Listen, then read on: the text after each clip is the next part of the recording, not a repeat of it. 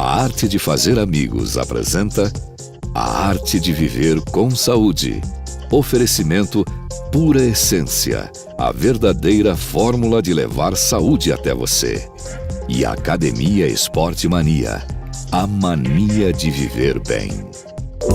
Bom, gente, estamos aqui de volta com o Dr. Cassu para falar a respeito do diabetes. E essa semana nós recebemos um e-mail de uma pessoa que quer saber como que o diabetes pode atrapalhar ou pode prejudicar a parte cardíaca, Dr. Cassu. Vamos lembrar o seguinte, que quando você tem o diabetes, você tem a glicemia num nível muito alto. Esse nível a gente já discutiu em alguns programas anteriores. Quando esse nível da glicemia é alta, a glicose ela se torna tóxica para o vaso.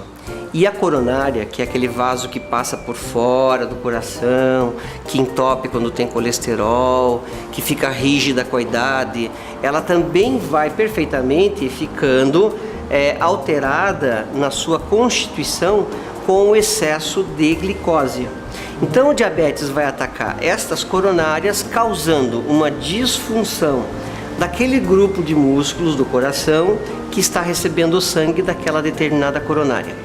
Pode acontecer de ter uma coronária mais acometida do que outra coronária.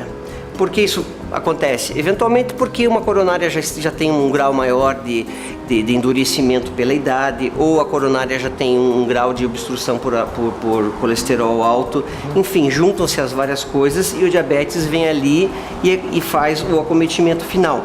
Então o diabético, é tão importante saber disso, que o indivíduo que é diabético, que nunca teve um infarto, ele é comparado em risco de ter um infarto igual aquele que já teve um infarto e que poderia ter o segundo. Ou seja, um paciente que não é diabético e teve um infarto é igual em nível de prevenção àquele paciente que é diabético e não teve infarto. Tá, deixa eu fazer uma pergunta, doutor Cassu. No caso, como que a pessoa... o diabetes, o senhor falou que até 120, 125 ele é tolerável, sabendo que a pessoa já está com pré-diabetes. Se ela saiu tal, no dia seguinte foi tirar à tarde, por exemplo, porque de manhã não teve tempo, tirou, deu 176. Esse acima do 125 para 176, ela já está se tornando tóxica. Ela já virou toxina e está já atacando algum órgão. É verdade. Só que assim, nós temos que imaginar que uma glicemia feita ao acaso, como você disse à tarde, 176, ela pode ser considerada ainda normal.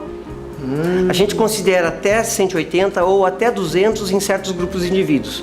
Um indivíduo que eventualmente não tenha fator de risco para diabetes e que faça uma glicemia de 190, por exemplo, pode ser considerado normal. Tá, mas e quem já tem o pré-diabetes? Quem já tem o pré-diabetes deveria ficar abaixo de 180 numa glicemia feita ao acaso. Ao acaso? Ao acaso, independente do horário de alimentação, se foi 2 ou 3 horas ou de madrugada, enfim.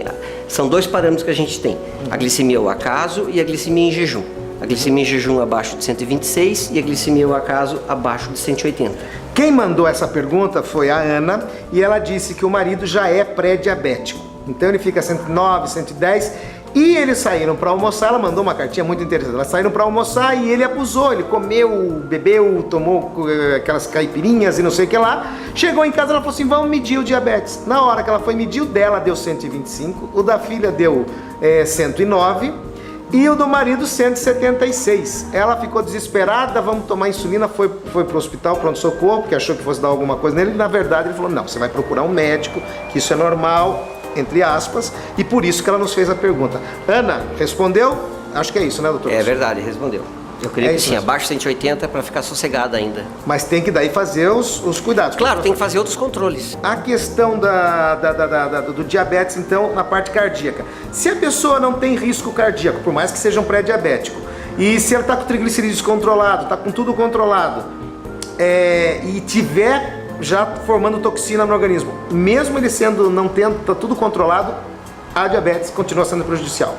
Na verdade, você disse que o indivíduo é pré-diabético. Isso. Então, quando a gente diz um indivíduo pré-diabético, pode ser um estágio inicial de resistência à insulina ou de tolerância alterada à glicose, que a gente chama. Então, são dois estágios iniciais que provavelmente em alguns anos vai se transformar em diabetes. Naquele instante em que ele tem uma resistência à insulina ou uma tolerância alterada à glicose, o ideal é que ele, sabendo que vai entrar num grupo de maior risco, mesmo não sendo cardíaco por história familiar ou por ter colesterol alto, ele já deveria estar fazendo uma prevenção em termos de exercício, baixa de peso, controlar o peso. Então, ele já deveria pensar em fazer isso. Ele não vai esperar alguns anos ele se tornar de fato um diabético para então começar a fazer a prevenção. O ideal, de fato, sempre é a prevenção, pessoal. Então tá aí, ó, o médico que cuida da saúde não vai precisar cuidar da doença. No Brasil, o conceito tem que mudar. Dr. Kossuth gosta de trabalhar a prevenção. Médico que estudou para cuidar de doença, eu acho que não é um médico completo. Porque é fácil fazer exame e falar, toma tal remédio. Não. Vamos cuidar, vamos nos prevenir. Um abraço, até a semana que vem. Fiquem com Deus, Dr. Kossuth, muito obrigado mais uma vez. Obrigado a vocês pela oportunidade. Voltamos semana que vem para falar mais algum assunto interessante. Obrigado, até lá. A Arte de Fazer Amigos, com Alexandre Rodrigues. Participe da nossa página no Facebook em A Arte de Fazer Amigos.